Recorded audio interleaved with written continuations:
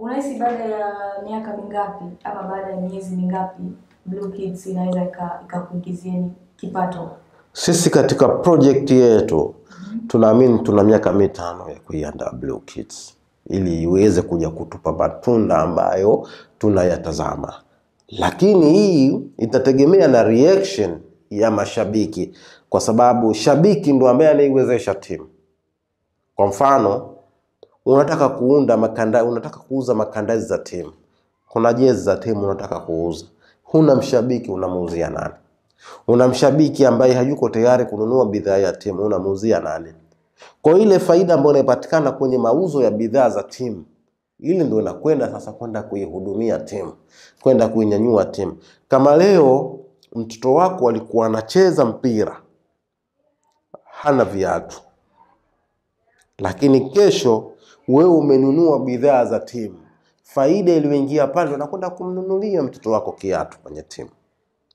Sasa tunayo kazi na tunawaomba kabisa mashabiki waendelee kujitokeza kwa wengi, waendelee kutusupport kwa kiasi kikubwa, tutengeneze taasisi imara ambayo ina uwezo wa kupata endorsement nyingi, na hizo ndo zitakwenda kutupa faida kama timu na zitaweza kuibua na kukuza vipaji vingi zaidi, kwa sababu itakuwa imetujengea uwezo. Ili niweze kumiliki timu na vitu gani ama niwe na kitu gani ili niweze kuanzisha timu? Ukiwa unataka kumiliki timu, kuanzisha timu ni rahisi mno. Lakini kuiendesha timu baada ya kuianzisha timu, hapo ndo kwenye kazi. Ni kama vile tu mtu ambaye anasema mimi nataka kuoa, anaweza akapambana akatafuta hela mahari, lakini baada ya kumalizika harusi, maana sasa wewe unakuwa na majukumu ya kuilea hiyo familia, kuilea hiyo ndoa kwa umri wako uliobakia. Kwa hiyo unaendelea kutumia gharama kuaccommodate hiyo familia. Na mpira uko hivyo. Unapoanzisha timu, unaweza ukacollect, ukajibana, ukaweka pesa, ukaanzisha timu.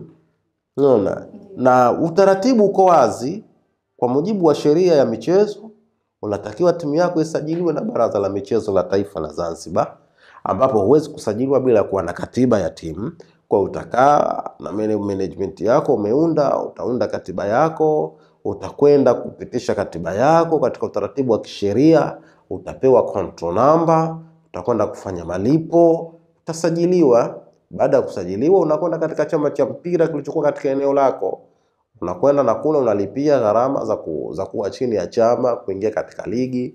Wachezaji kuna gharama za kuwalipia wakati wa kuwasajili. Na nini, kwa hiyo zipo gharama ambazo utazitumia. Lakini baada ya hapo ndo unakwenda kutumia gharama, kwa sababu watoto hawawezi kucheza mpira kama hakuna vifaa. Hakuna bibs, hakuna cones, hakuna mipira, hakuna nini. Kwa hiyo unakwenda kucheza mpira vipi mtoto hapo? Haiwezekani. Kwa hiyo kuanzisha ni rahisi, lakini kuimanage team ikaenda sio jambo rahisi. Kwa sasa ama niseme kwa hii generation ambayo tuko nayo, nadhani kuna vijana wengi sana wanajiingiza katika masuala ya uchezaji mpira wa miguu au inaweza ikawa kwa namna nyingine yoyote ile.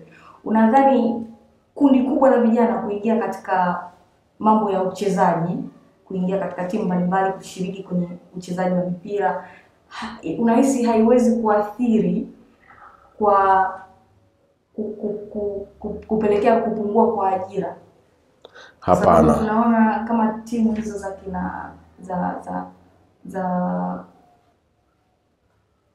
Yanga ama Simba wanaochukuliwa ni wachache, ama wanaoingia katika kwenye timu wanakuwa ni wachache sana. Unahisi haiwezi kuathiri vijana wengine wakawa hawana kazi ama hawaingizi kipato chochote, wanajitolea, wanajitahidi, wanapambana hapa na pale kutafuta riziki? Haiwezi kuathiri kina namna yoyote ile nafikiri?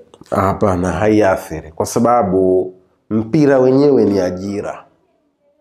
Unaweza ukapitia labda ukafanya mapitio TFF. Unaweza ukaona Azam peke yao wanalipa kiasi gani kupata ruhusa kuonyesha ligi kuu Tanzania. Unaweza ukaona. Angalia uwekezaji ambao unafanywa na serikali ya Jamhuri ya Muungano wa Tanzania. Uwekezaji ambao unafanywa na Serikali ya Mapinduzi ya Zanzibar katika michezo, utaona na mchezo ambao unapata kiasi kikubwa cha ruzuku, serikali inafanya uwekezaji mkubwa, natoa fedha nyingi, ni mpira wa miguu, kwa sababu mpira wa miguu ni ajira sasa hivi. Kwa mfano, hebu jaribu kutafuta mchezaji mmoja ambaye anacheza pale Yanga kama Mtanzania, au anacheza Simba, anacheza Singida, uangalie mshahara wake, halafu kaangalie mshahara wa mfanyakazi wa kawaida tu kwenye kampuni ya kawaida. Manake yeye anaweza kuchukua hata mishahara 50 ya watu wengine kwenye kampuni. Kwa sababu gani? Mpira ni ajira na unaingiza kiasi kikubwa cha fedha. Kwa serikali imewekeza. Tumeona hapa tunazo ligi zetu za ndani kama Yamli Cup, tunayo Premier League ya Zanzibar, tunazo na nyingine ambazo zinatambulika. Lakini angalia uwekezaji unaofanyika. Hata Rais wa Zanzibar Dr. Mwinyi amesupport na ameweka kiasi cha fedha kuwa support, kwa maana kwamba Mheshimiwa Rais anajua kwamba mpira ni ajira, na ndio maana sasa hivi Serikali ya Mapinduzi ya Zanzibar inawekeza katika miundombinu ya michezo kwa kiasi kikubwa, na hii imetusaidia sana.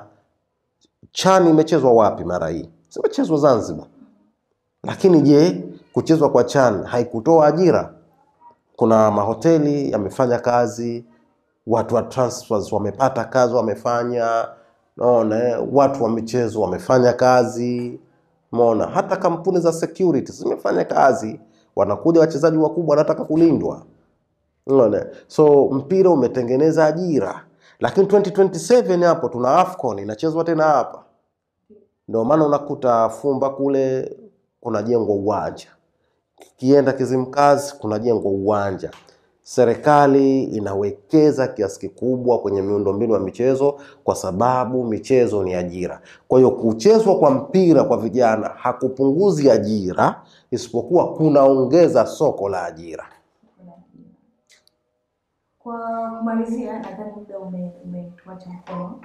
Una lipi la kuwashauri vijana ambao kwa sasa wanatamani lakini pia wana hamu ya kufika mbali, wana malengo katika swala zima la uchezaji mpira? Una lipi la kuwashauri? Mimi ninachowaambia wajitokeze, wapambane, wasikate tamaa, wawe na nidhamu, kwa sababu mpira bila discipline hauendi. Na evidence zipo. Kuna wachezaji wazuri wakubwa lakini walipotea kwa sababu ya discipline. Wapo wakubwa ambao walipotea kwenye ramani za mpira kwa sababu ya discipline.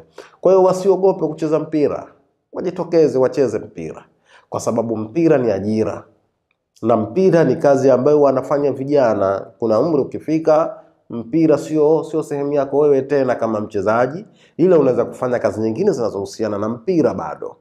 Tumeona kuna wachezaji wamestaafu lakini wameajiriwa kwenye timu zao. Hata leo ukimchukua mtu kama kocha Juma Mgunda, alikuwa ni mchezaji, lakini baada ya kuondoka kwenye uchezaji amefanya kazi nyingine ya mpira. Lakini mwisho ni washukuru sana mashabiki wa Blue Kids FC ambao walijitokeza jana kuja kutunga mkono. Hii ni mara yetu ya pili ambayo tunafanya Blue Day, kwa siku yetu ya blue. Wao ndo wanaifanya iwe blue kweli. Lakini pia ni washukuru wazazi wa watoto ambao wamewaruhusu watoto wao kucheza mpira Blue Kids. Lakini pia ni washukuru, hizi shukurani za pekee kwa kina mama wa shehia zetu mbili, shehia ya Mwembe Mchomeke na shehia ya Mtobarafu. Kina mama walijitokeza kwa wingi, walihamasisha vya kutosha, mpaka wakauziana mpaka vijora kusupport. Kwa hiyo tunawashukuru kwa sababu uwepo wao kama mashabiki, uwepo wao kama wazazi, uwepo wao kama shehia ambapo timu ipo, ndo unaifanya Blue Kids kuwa Blue Kids ambayo ipo, na tunawaahidi hawatojutia kuisupport Blue Kids.